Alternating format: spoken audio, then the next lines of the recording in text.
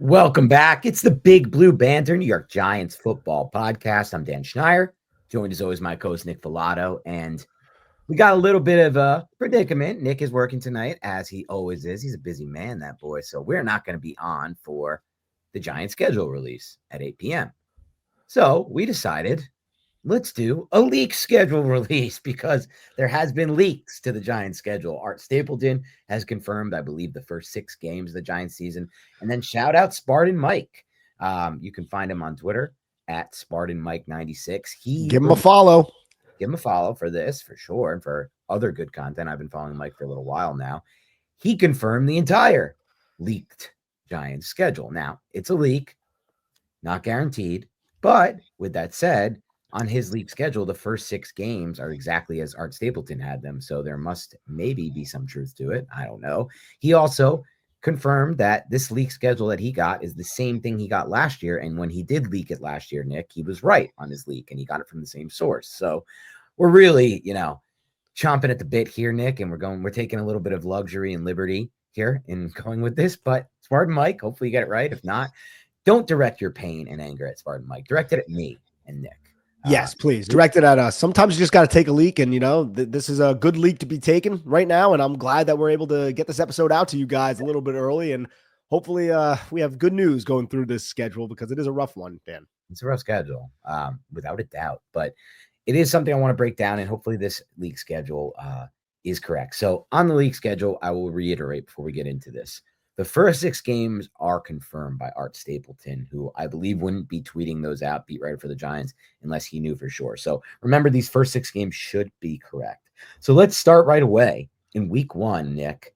And we may have differing opinions on this. I'm actually curious to get your opinion on it. I already put my opinion on Twitter, and I'm going to talk about it a little bit here. But week 1, the Giants will start their season at Washington, the team coming off the NFC Championship game appearance in year 1 of a regime and year 1 of a quarterback in a 1 p.m. time slot at Washington. I want to get your initial thoughts on playing Washington in their house on week 1. I want to catch Washington early and punch them right in the mouth. They have no idea how Shane Bowen and the New York Giants are going to employ and deploy Abdul Carter. And I think he could be an X factor in containing Jayden Daniels' elite athletic ability. Now, this is also Abdul Carter's first professional game, so there'll be a lot of pressure on this young man. But I want Shane Bowen's defense to catch the NFC East opponents off guard right off the jump, just to see if he can do something against this Cliff Kingsbury coached offense with Jayden Daniels, and hopefully the Giants can come out and punch him right in the mouth. It's not a primetime game. It is a big game on the road. The Giants have had success at FedEx Field. That doesn't necessarily mean it's going to carry over right now. But the Giants start this schedule, Dan, this season with 2 massive road NFC East games. So hopefully the Giants have a really strong training camp and they're ready to rock. I don't hate the start against Washington personally, because I think the Giants can come out swinging and punch them in the mouth and surprise them. I like the element of surprise that I think the Giants can have as the underdog in this game. But starting 2 games on the road, not to jump ahead too far, but starting 2 games on the road against NFC East opponents and then hosting the Kansas City Chiefs, that's freaking rough, man. Like that's tough. At least the Giants don't have to go all the way to Los Angeles to play the Chargers, because in week 4, they do have the Chargers coming to town right after that Kansas City Chiefs game. So I have 2 straight home games, but those first 3 games, that's rough sledding right there. But I don't mind them opening against Washington. What about you?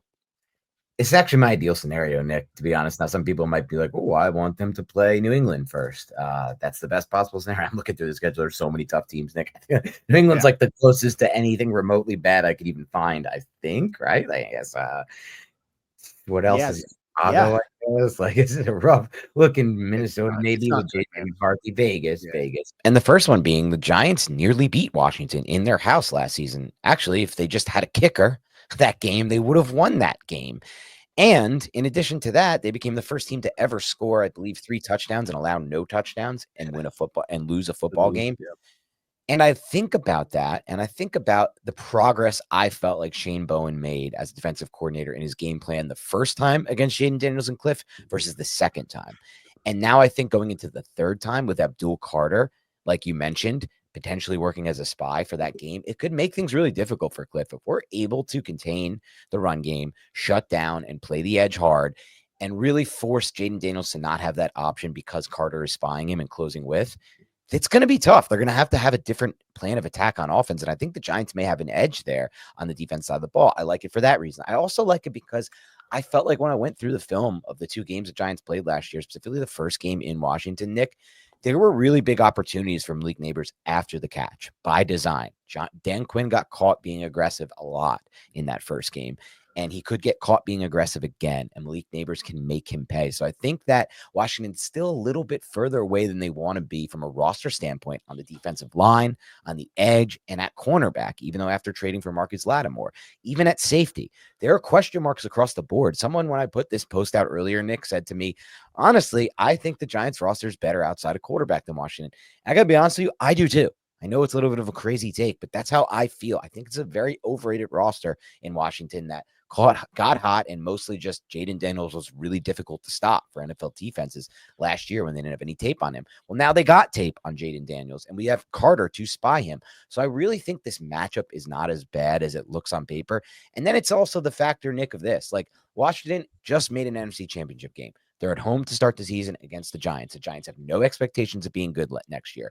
All the pressure is on Washington. They are expected to win this football game. They cannot afford to lose this football At game. home, dude. At home, which I like better. I'd rather this game be on the road than at home. Yeah. The Giants are a better team on the road, it feels like, and the expectations are higher for Washington. The Giants are playing with house money. It's the type of win that if they can pull off this upset, it could propel an entire season while also giving us killing 2 birds with 1 stone because we win a division game. So this is where I want, define our season early. This, out of all the 3 teams, Washington is the closest we've come to beating. The Giants could be the talk of the NFL after week 2 if they beat Washington, Dallas, and it's within the realm. And look, Dan and I, we try to be as objective as possible with this team. I don't think we have delusions of grandeur with this team too frequently, but it is within the realm of possibility that the Giants win both of these games. I would not have said that last year, right?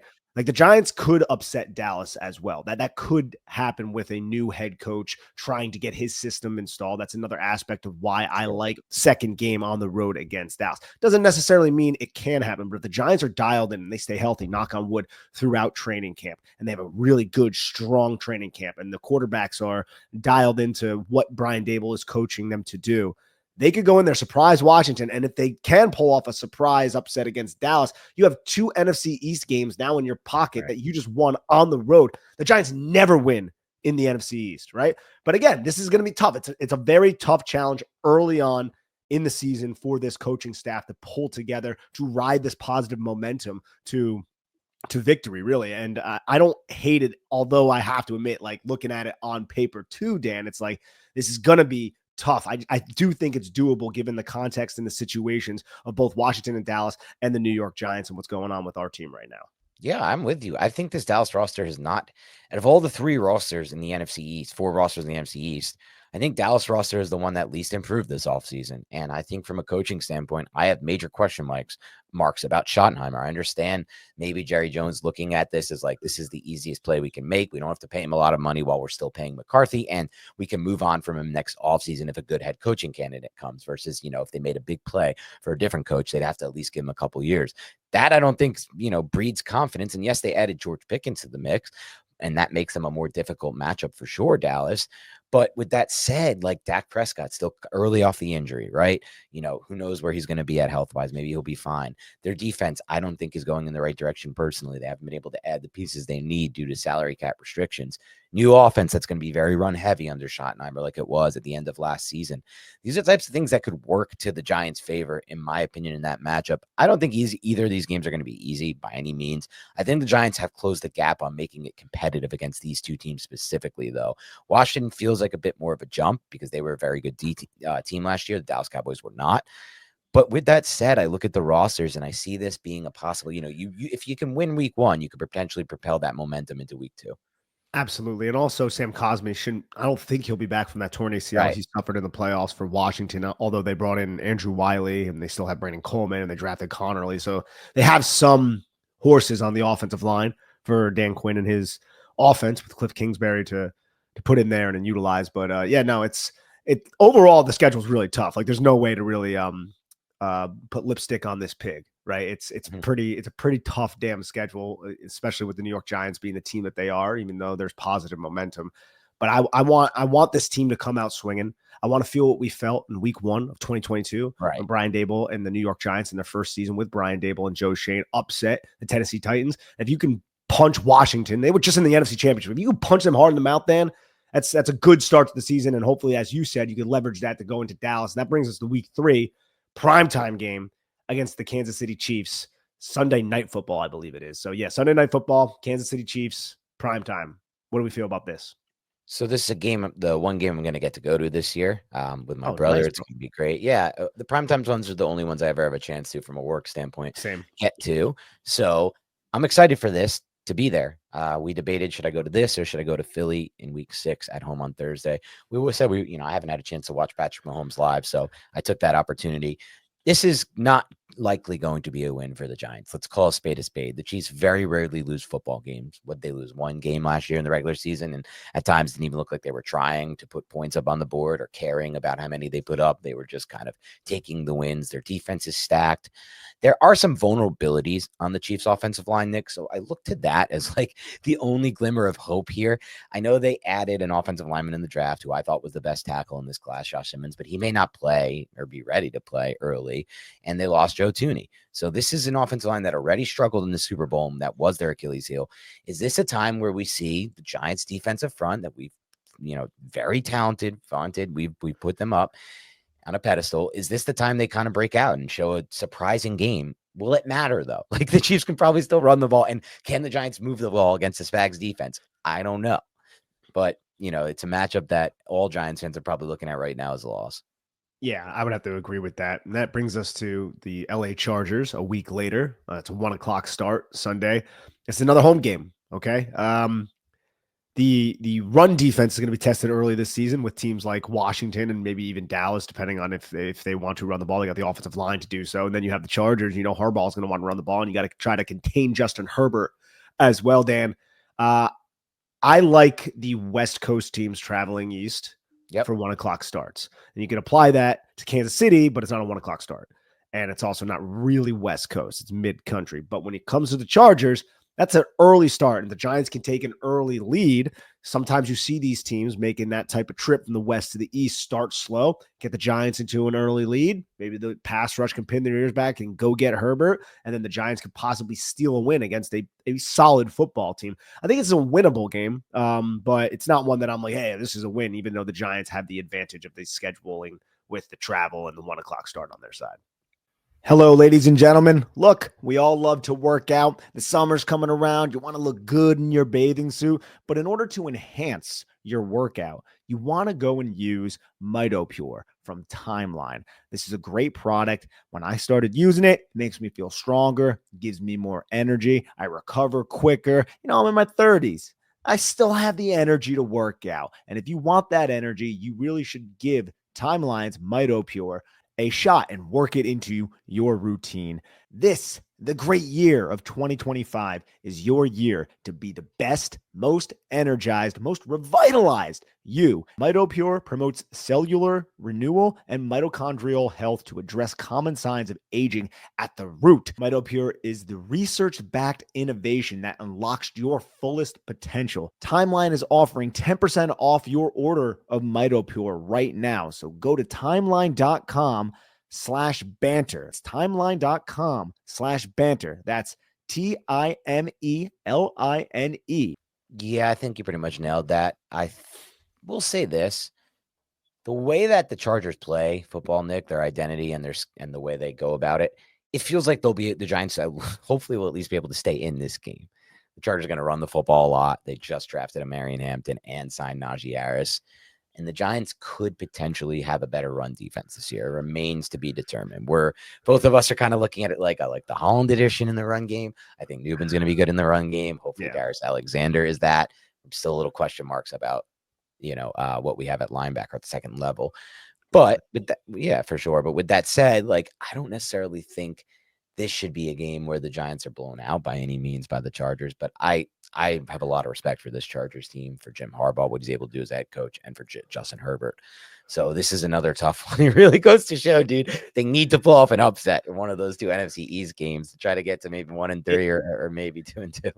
I don't think it's impossible for the Giants to go 3-1. It's looking more like 2-2, but 1-3 could be, within the realm of Oh, I possibility. But think 1-3 is most likely. yeah, exactly. It could be 1-3, but what if they go 0-4? It's Because it's possible. not 0-4. impossible for them to go Right. 0-4. Then you got to travel to New Orleans in week 5, which the Giants are a better football team than the New Orleans Saints are right now. We Yes. don't even know what their I'm guessing Tyler Shuck is going to be the starting quarterback down there, right? Now that Carr is retired.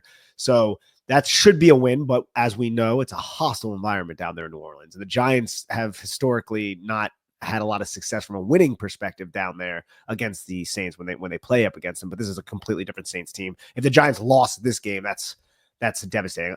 What if the Giants do this, man? The Giants go 3-1 and then they go down to New Orleans riding high and they freaking lose. That would piss me off. If they go 3-1 somehow through those first 4, I don't even care what happens in New Orleans, to be honest. I mean, obviously I'm joking, but like, yeah, no, that seems so unlikely. I honestly think 1-3 or 0-4 is probably the most likely, sadly, to admit. But 2-2 is possible if they go surprise us with 2-2 is like that's you're happy. You're Oh happy yeah. with 2-2. Oh yeah. But you should look. I'm happy. I didn't mention it earlier when I was talking about the easy games we could have wanted them to open with. New Orleans probably should have been number 1 on that list, in my opinion. Though Yeah. they are a solid defense, I think, and I do have some respect for Kellen Moore's offense, not as much as some other people. I think having Tyler Shuck is going to really struggle early in his NFL career in the situation that he's in. So I actually like that this game is on the road, one of our road games against New Orleans, because I wouldn't want to waste a home game. I think they can beat them anywhere, the Giants, to be honest. I think this could be a game where we see like this defensive line fully breaks out. They finally had to place, Chargers offensive line. They had to face the Dallas offensive line, tough offensive lines. Then they finally get a New Orleans offensive line in transition. I know they've used some draft picks there, but they have options against a quarterback like Shuck, who doesn't want to get hit, shown it, just shies away from hits at the college level, and we just feast on this kid. And we don't need to do much on the offense at all. Just kind of run the ball, get some big plays out of Neighbors. So this to me feels like a really good spot for the Giants. It does, but I think it's a trap game because Yep. the Giants play Thursday night football. And Can the the road Giants game. ever be considered as having a trap game? No, Is that I do. yeah. I do think this is a trap game because if you look at this, if you look at the totality of the schedule, the one team that's glaringly like, oh, the Giants should win this game is the New Orleans Saints. Sure. And you're right. It's like, oh, that's a road game. But that's week 5. And week 6, the Giants quick turnaround against the NFC East opponent, Philadelphia Eagles, at home on Thursday Night Football. And it's like, I've seen this happen so many times where a team that's expected to win goes on the road and then gets their asses kicked by another team. The Giants, you're right. They're not a team that's like good right now, right? Like they're not a team that deserves to have trap games, quote unquote. But if you look at the schedule, every other, like how many games the Giants going to be favored right now going? I know this will obviously, They may not even be favored in that game. Yeah. and they might not be favored in that game. Exactly my point. Like they're not going to be favored in any of the, like New England, they're probably not going to be favored because that's on the road as well. So all the teams that are in the like around the Giants in terms of their skill set, they're all road games. So like theoretically, if everything hits right, it's like, oh, well, it's good. The Giants might be able to steal that road game, and then maybe they can win home field advantage against these better teams. I'm not so certain that that's going to happen necessarily, but I hate that quick turnaround against Philadelphia because the Giants might come out. They might come out a little weak against New Orleans. New Orleans will take advantage, and then you got that quick turnaround against Philly, and you know how the Eagles roll, bro. Yeah, I mean, then like you said, we're heading into week 6 already. Thursday Night Football at home for the Giants against the Eagles. It's been a rough spot for them. I, express some confidence, some cautious optimism / confidence for the Washington matchup. Dallas, I do kind of feel similar to. I feel like roster's heading in the wrong direction. I don't at all have trust in Schottenheimer, but I don't really know where to pull for optimism when it comes to the Eagles, Nick, because they're just a much better football team than the Giants across the board. There's not one area, coaching, offensive line coaching, talent on the trenches, quarterback, where the Giants have an edge in this game. I'm going to give Dable over Sirianni, even though I don't have necessarily Sure. a reason to do that. Like Sirianni's won a Super Bowl. He's been to another Super Bowl. Like his track record's much better than Brian Dable's, but Sirianni's, I don't know. He's got really good coordinators helping him out. I'll say that much. And he's just very unlikable looking fella. Yeah. I don't have much respect for him as a head coach either, but Dable has made some mistakes as a head coach that we've gone over on this podcast, time management issues, just other things that he's done, put Adoree Jackson, whatever we've gone over. So I don't want to give us an edge there. So this would have to just be a crazy total upset for the Giants as we roll into week 7 at Denver. Now, this is an interesting one that could be a pivot point for their season. They're only 4:00 start. Yeah, right. They're only 4:00 start the whole season. I love that. The Vegas one might be. No, I don't love that. I hate that. I forgot. I actually hate that. Yeah, we don't like that. No, me and Nick and I want to be watching Red Zone at 1 p.m. when all the games are on, and then get the Giants at the 4 p.m. slots. So we just get to enjoy it that way. But this is not going to happen this season. It's going to be a 2 TV season, is what that means. But listen, this is a pivot point for me in the season. It's never easy to win in Denver. It's even harder to win in Denver in the first 4 weeks of the season, September, by the numbers. But either way, you're adjusting to the altitude, you're adjusting to the climate. But it's a pivot point for me because I think there is a possibility, Nick, and I know some people are going to hate to hear this, that Bo Nix regresses in year 2. We've seen it happen with CJ Stroud. We've seen it happen with a lot of quarterbacks year 1 to year 2. Teams get 8 to 9 games worth of tape on them, and they adjust to the concepts that they like, and they take them away.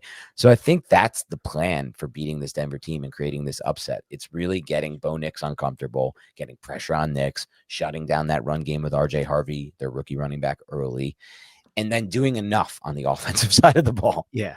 I think there will be a regression. I just don't know if it's going to be as drastic as maybe like Stroud's was, because Stroud didn't have Sean Payton. And I am a big believer in Sean Payton as a head coach when it comes to play calling and play design. And I do like Bo Nix a lot, but there might be a slight regression for all the reasons that you said.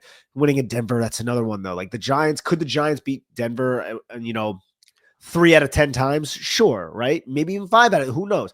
But going to Denver that's a tough freaking place to play, bro. That is a tough place to play. And the high altitude, you got to adjust to it. And it's scrunched between 2 Philadelphia matchups, which are pivotal for the New York Giants. And that's what I hate about it, dude. Right. I hate that about it, because the Giants more than like right now you have that New Orleans game, which is somewhat of a trap game, because in the following week you play 4 days later and Thursday against Philadelphia, and then you got to go to Denver and then back to Philly. Like that could just be loss. That could be 4 losses right in a row against teams that the Giants could possibly steal. That's why this schedule sucks, man. This is why this is a tough schedule, dude. Because the Giants are going to be so hyper-focused on beating Philadelphia and trying to steal some of those NFC East matchups, which they never do. And then there's that Denver game where they got to go on the road and play in a hostile environment with high altitude, where I'm not even 100% certain if every Giant player can play in it.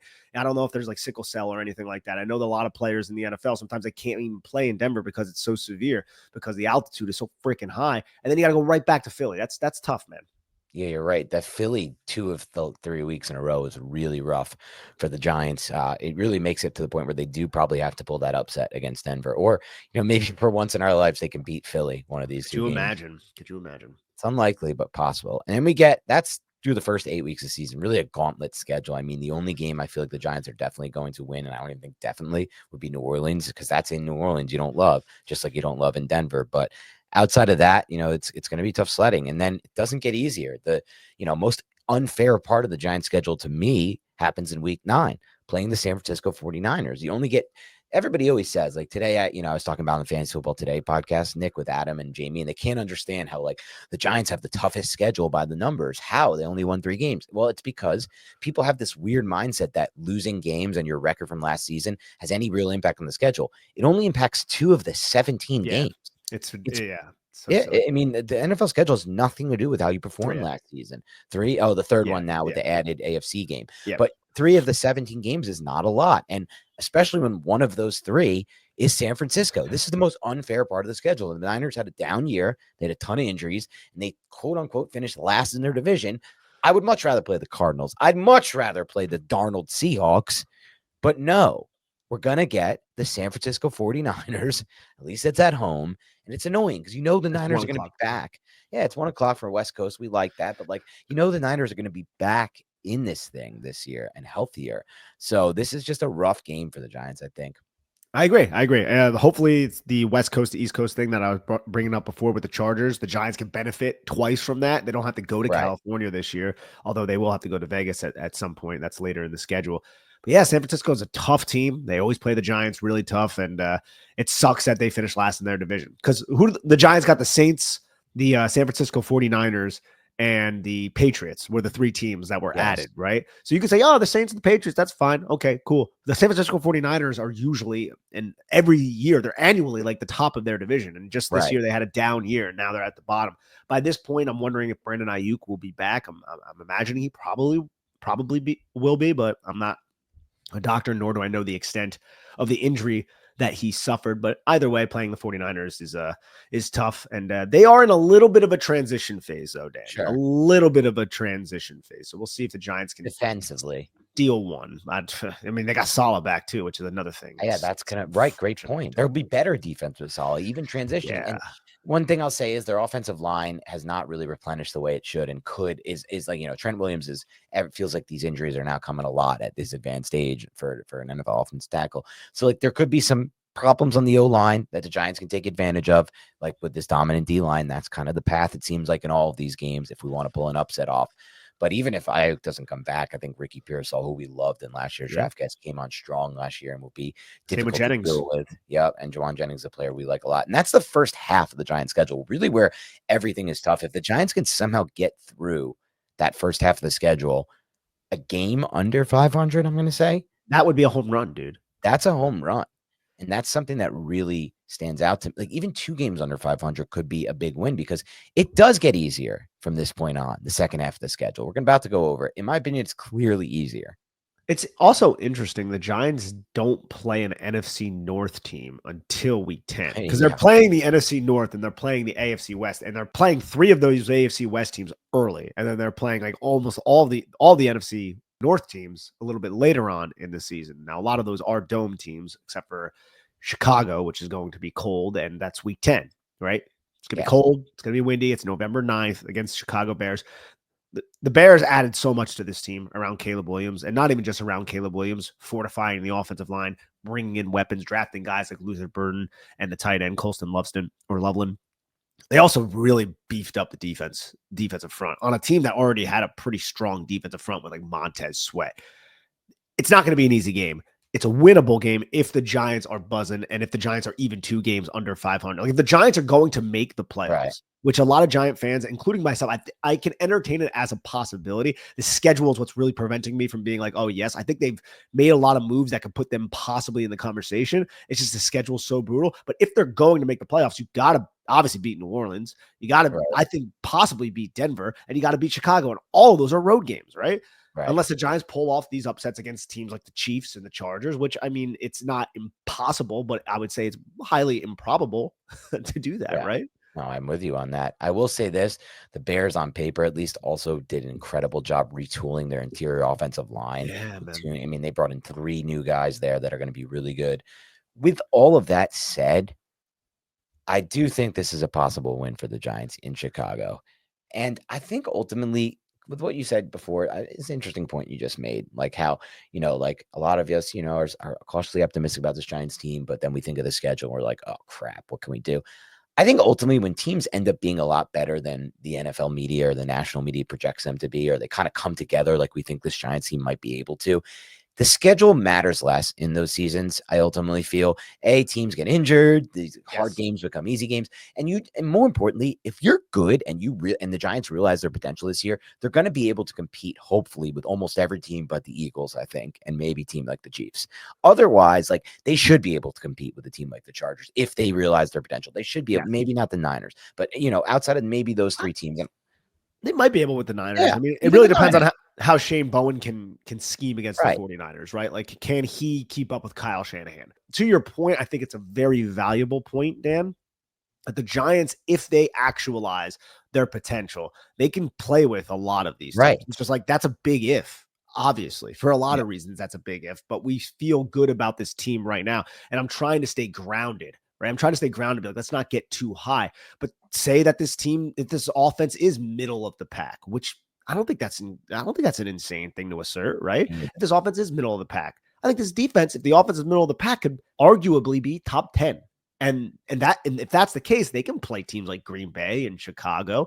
And I think Detroit could take a step back this year, right? Without Ben Johnson there. So that's where we can entertain the idea of playoffs. But holy shit, looking at this right now on May 14th, knowing what these teams were last year, that does seem like a tall task. So I think for me, Nick, it probably goes a step further than that to actually compete with this tough schedule.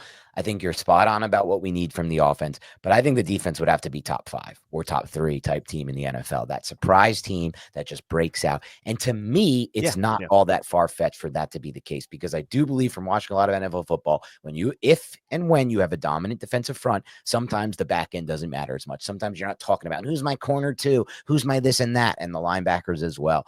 And when you have a defensive front with the potential the Giants have, Dexter Lawrence, a healthy Brian Burns, Darius Alexander, I think can hit the ground running. Abdul Carter to me is a year one impact player.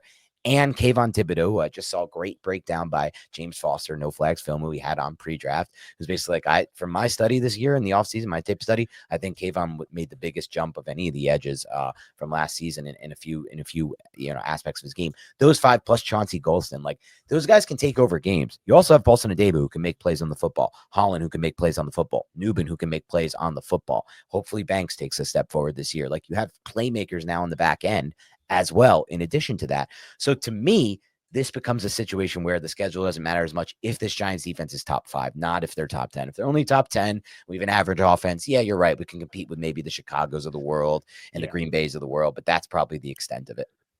I don't know. I think it would depend. Like the Giants would. Like I'm not trying to speak too highly of the Giants, but the Giants can keep games competitive. I think things can bounce in the right direction for you. I Yeah, think that's 2022. like in 2022, exactly. But it didn't happen in 2023. It didn't happen in 2024.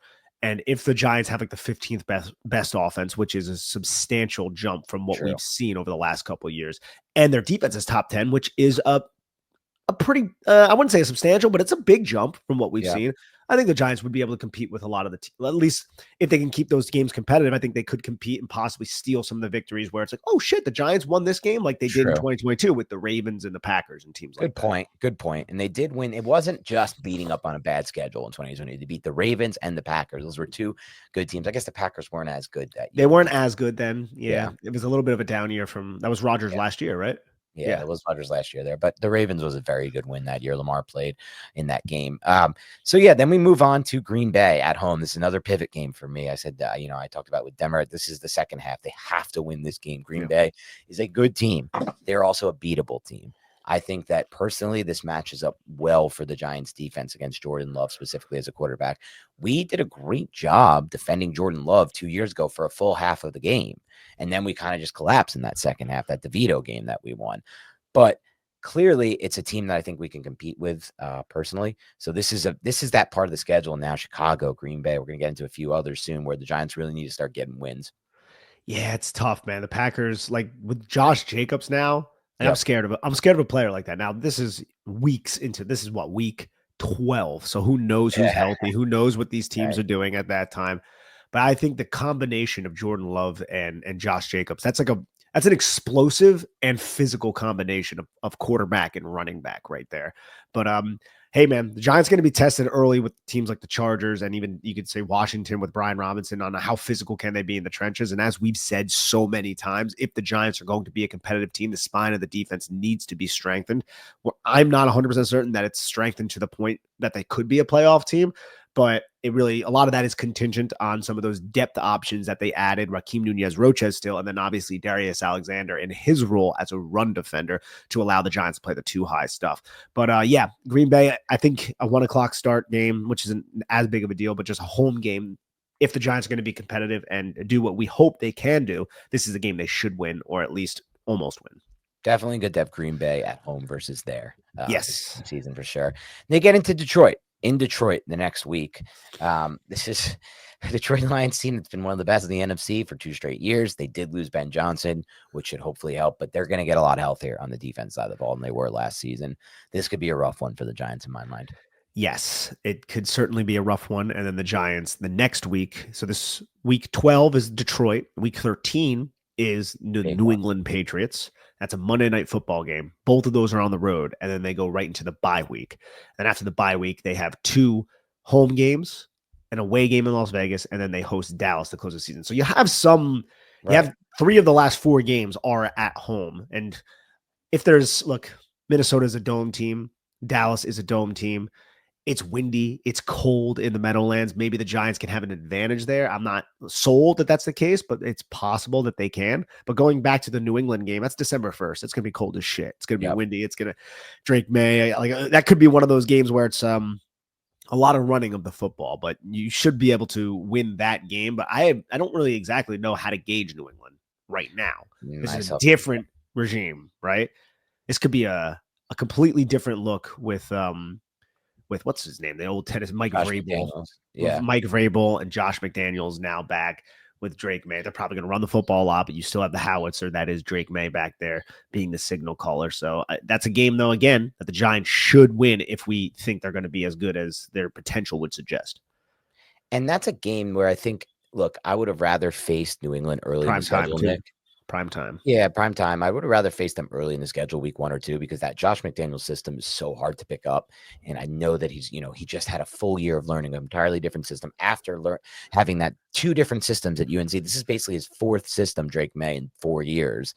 It is his 4th system in 4 years. So that's the type of thing you don't want in week 13 when he's had more time to get used to it. With a ton of new receivers he hasn't played with. They drafted Kyle Williams. They had rookies last year. They added Stephon Diggs. Like, you want this at the early season. This is the most unfortunate one for me from that standpoint, just because of that. But it's definitely a winnable team. The Patriots aren't a rebuild from their roster standpoint. They are not strong in the trenches. I know they added some pieces, but their offensive line is still a ways away. Defensively, same thing. So this is a team the Giants should have a roster advantage over. I agree. A week 14 bye. I feel like the Giants always have this late bye. No, see, I actually feel like one of my conspiracy theories is John Mara fixes the Giants bye week, because I feel like we usually get a midseason bye. It maybe is like a week or 2 after midseason. I'll give you that. Like it's like 10 to 14. Yes. No, I've never seen 10. Yes, but I've never seen as late as 14. Oh yeah, you're right. No, you're right. You're right. 14 is the latest actually. This is a shit bye. This is a shit bye. You don't want your bye this late. No, I agree with you. You don't want this bye this week. I think I would prefer this over the week. Sure, 4 or 5 or whatever. 4 or 5 or whatever the hell it is. Like, to me, the sweet spot is 8 to 10. Yes. It's a good bye week, man. Split the season in half. Let's tackle the second half of the season. That's usually, you're right, where John Mara finds a way to talk to Roger Goodell. We get that a lot. Yeah, we get that a lot. We weirdly get that a lot, but not it's funny because it's like the Bengals have that like week 4 bye. Yeah. Exactly. Feels a little rigged. Who knows? I mean, who knows with sports these days? Somehow the Dallas Mavericks just got Cooper Flag. That was one of the weirdest things I've ever seen. 1% chance after dumping Luka. But back to this, but back to this, and for some reason they can't broadcast the picking of the lottery balls on TV. They can't just show us it. That's also weird. But just show us it. Why not? Then you remove all doubt. Gotta get Alex Jones on this, man. Yeah. Oh my God. But yeah, week 14 bye. It's not ideal for the Giants, but it's not terrible. You're right. It's better than the week 4, week 5. And then they roll into a huge stretch. If the Giants can get themselves to a realistic point of competing for the playoffs here, they close the season with a Washington team that I think is beatable personally for the Giants, a Minnesota team where I'd much rather play them in the Meadowlands for the reasons you stated, in Minnesota in that dome where they're less comfortable. And I am not full believer in JJ McCarthy. I think it could be a rough season for the Vikings. I think Darnold is a step above potentially of what McCarthy could be in year 1, especially coming off the injury. I'll be honest, it's just a weird thing, Nick, but this was one of my issues with McCarthy coming out of the draft. I did not like his frame. I thought he was a skinny framed quarterback, and he was one of the only sub 200 quarterbacks, him and Jaden Daniels, and those guys don't typically make it. When I looked at him last year on the sidelines, coming back from injury, now that he didn't have a year, he just doesn't look like an NFL frame to me. I know he has height, but I don't know, man. I think the Giants could really get after him in this game and really make it tough for him to move the ball outdoors. That could be a really grind it win for the Giants. And then in Vegas, that's not really a home game. A lot of Giants fans are going to travel there. That's where I would love to play Vegas. And Gino, I have respect for Gino's game, but I don't think their roster is that far along. So we end the season, Washington, Minnesota, Vegas, and then the potential, hopefully in our minds at least, to be like, we can go into that last game at home against Dallas. If we win, we get a wild card spot. Yes. No, that would be the hope. That would be a golden situation, right? Absolutely. And then the one thing about Vegas, like, I wouldn't mind traveling to Vegas at the end of December, enjoying that Vegas heat out there and watching at Allegiant Stadium. It's a beautiful place. But yeah, it's a better way to end the season. But even still, you're talking about a Minnesota team that won 12 games I know. last year. Dallas with Darnold, though. Yes. Yes, that's true. JJ, and who knows what's going on with JJ? I mean, he's healthy right now, but who's their backup right now? Sam Howell, Sam I think. Howell. That's Sam not. Howell. I Yeah. don't trust Sam Howell. No, not a lot of people do. It doesn't seem like, but yeah.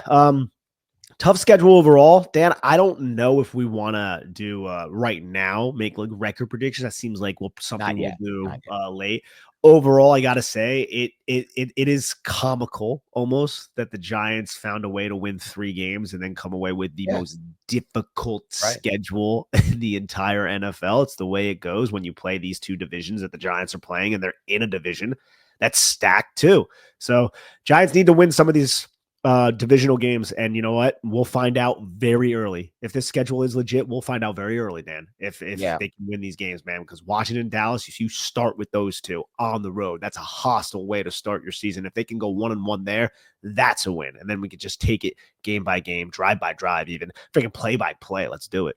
Yeah, I mean, you said it best. It's a crazy hard schedule for a 3-win team, but that's the reality of the situation. The schedule has nothing to do with how you finished last year. It's stupid. The NFL, and I'm not saying it's stupid. I mean, that they have a good system. You play divisions, blah, blah, blah, but we need to reframe our brains to not thinking if we lose a lot of games, we're going to have an easier schedule. That has literally nothing to do with that almost 3 games. All right, let's do this exercise before we get out of here. If we could pick the teams that we would want to play from the division. So what team would you want to play from the AFC East? What team would you want to play from the NFC South? And what team would you want to play from the NFC West? I think this question. Yeah. I think I'm going to go with the Patriots from the AFC. I think so, right? I don't want to play the Jets. Well, maybe the Jets. Maybe the Patriots or the Jets. I would go Patriots, though. Okay. I think I'm right there with you. Yes. From the NFC West, for me, it's Seattle. I would love to play Sam Darnold and whatever's going on there. I think it might be the Cardinals for me. That's fair, too. It's one of those 2, though. Obviously, it's definitely not the Rams or the Niners. And then what was the last division? It would be the South, yeah. That's a funny one. I guess it probably would be the Saints, right? It has to be because they have Shuck. I don't think it would be the South. Yeah, I think it has to be the Saints. Yeah, it has to be. Because Carolina, I'm a little tentative with Carolina right now. They could turn it around, right? So I'm going with the Saints. Yeah, we did hit 2 of 3, so it's not awful from that standpoint. But again, it's only 3 games out of your 17. Like, it's not worth that much to have a bad finish. So when you're in a division with Washington, Dallas, and Philadelphia, it's like you don't get the benefit of being like an AFC South team where you're like, oh, I got this dipshit team that has fired their coach every freaking. That's the Giants in the NFC East. You know what I'm saying? Like that's us right now. That's part of the problem. We're in a division with 3 competitive teams. 1, that's the best team in football, if not the second best. 2, that made the NFC Championship game last year and has the best quarterback everybody wants, young quarterback everybody wants. And 3 is the Cowboys, who are never really anything but worst 8-8 type of team. So it is what it is, but it's our life and we just have to live it. But I want to do one exercise before we go. This is one I want to do before the show. The Jaxson Dart exercise. When do we see Jaxson Dart? What are our predictions for when we'll see it? How do things break to see him earlier? How do things break to see him later? In your mind, taking a look at the schedule, when do you think would be the early? Let's start with this. When do you think would be the earliest we'll see Jaxson Dart? No injuries? To Russ, no injuries to Russ. No injuries to Russ. Oh, I get, and that's the question. Will Jaxson Dart be QB2 or will it be Jameis? I mean, I don't know. There's a lot of positive reports coming out, but I don't know what to make of them. You know how this time of year is with the NFL. Yeah, I think the earliest would be, man. I wouldn't be shocked if it's like week 4, but like that's the earliest. I'd be surprised, but would I be like floored? No. It really depends on how far along this kid is. I mean, he's the future. And if the Giants like suck in week 1 and 2, and they come out week 3 flat, I could see the Giants pulling the rug out from underneath and just riding Dart. But I don't think that will happen. But if we're going with what do you think the earliest is, it's probably that. It could even be starting the season, which is wild. But like, I mean, that's probably getting a little bit too far ahead of my skin. It really just depends on how training camp goes. I think Russ is too good to like. I'm not saying he is like a great quarterback or anything right now at this point of his career, but he's not Drew Lock, right? So I think like him going in as the de facto starter, he'll at least earn some starts. How crazy would Jaxson Dart have to be like good from a perspective of how fast he is as a learner to usurp Russell Wilson, right? Like, I don't necessarily think that's going to happen unless we get a few games under the belt and Russ just can't move the offense, which I also don't think is going to happen necessarily. So if I had to go earliest, I'd say week 4, but I think that's probably a tad too early. I think that's fair, but it's also it's a different. So I think back to like the situation in 2021. No one really expected Daniel Jones to play, or 2019, sorry. No one really expected Daniel Jones to play as early as he did. He ended Yeah. up starting in week 4 against the Bucks. That kind of came out of nowhere. People were like, maybe he'll play toward the end of the season. And I think in that situation, the Giants just felt like he was ready enough from a mental standpoint that there's no real reason not to play him. They didn't feel like they were trending toward the playoffs with Eli that year. And so if that's the feeling, like you said, this year with Russ, we're not trending toward the playoffs with Russ, and he's mentally ready, that's when you kind of make that decision. That's one scenario where it could happen. But the other scenario where it could happen is, this is the interesting one to me. The Giants are competitive in the first 4 weeks of the season, but they're competitive because their defense gelled together fast with all the talent they have, and they are dominating these games, but their offense continues to let them down. And in that scenario, maybe Dable views it as, we could actually win some of these games if we had a little bit of an upgrade at quarterback that we're not getting right now with Russ. Enter Jaxson Dart. But I think the Jameis thing makes this whole thing more unique and more tricky to figure out, because is he going to jump Jameis for QB2 this offseason? He might. I could see that Yeah. happening. It really depends on how far along he's. It seems like the Giants love this kid, right? It seems like Brian Dable specifically really loves Jaxson Dart, and Dable's going to get his guy. Eventually, he's going to find his way on there. I'm also thinking about it from a perspective of job security from Dable and Shane. Like if Jaxson Dart plays too early and then like he sucks and he just doesn't like how confident is Brian Dable and Jaxson Dart to put him out early? And like, what does that mean by the end of the season if it doesn't work out in the mind of John Mara and Steve Tisch when it comes to making a decision on bringing or retaining Joe Shane and Brian Dable? I think that also is a big component of this because we're all humans. Yeah, sure. We'll unpack this one later, Nick. Let's table this discussion. There's more to talk about when Jaxson Dart will play discussion for. We have a long off season to go until we get. I'll say this: there isn't an obvious game that I'm like, oh, it's that game, right? Like I'm looking through this because usually you want it to be a home game. Yes. Usually you want it to be against a defense that is not great, excellent. You want to put them into a great spot. And looking at some of these home games, you got Green Bay, but then right after that, you're going to Detroit and then to New England and then a bye. So like week 15 after the bye versus Washington. That's what I was thinking. Like if the Giants are like, 2-3 games under 500, they're not really in the playoff conversation. You start them week 15 and they ends the season in those 4 games. 3 of them are home, 1's on the road, and it's against Vegas, which is like a not really a great defense, right? So that's like the clear one, but is that too late? I don't know. That's a conversation we can have another day. Yep, and we'll talk about that another time as the season rolls on. This was our breakdown of the Giants schedule leak. Shout out to Spartan Mike for leaking the schedule. Thank you to everybody who follows the show. We've had some two really good numbers in the last 2 shows. One comparing the roster from last year to the next, and then discussing Dable and Shane's process for drafting Jaxson Dart. So thank you for supporting those shows, for the view counts on those, for hitting the like button. Please just hit the like button. It makes such a difference. It boosts up the algorithm. And shout out to Nick. I think some of these thumbnails have really played a big role in these two. They've been excellent. So we've got likes. We need some comments too to help us as well. That's how you boost it too. So do all that for us, please. It's free and it helps us. Otherwise, have a great rest of your week and we'll talk to you soon.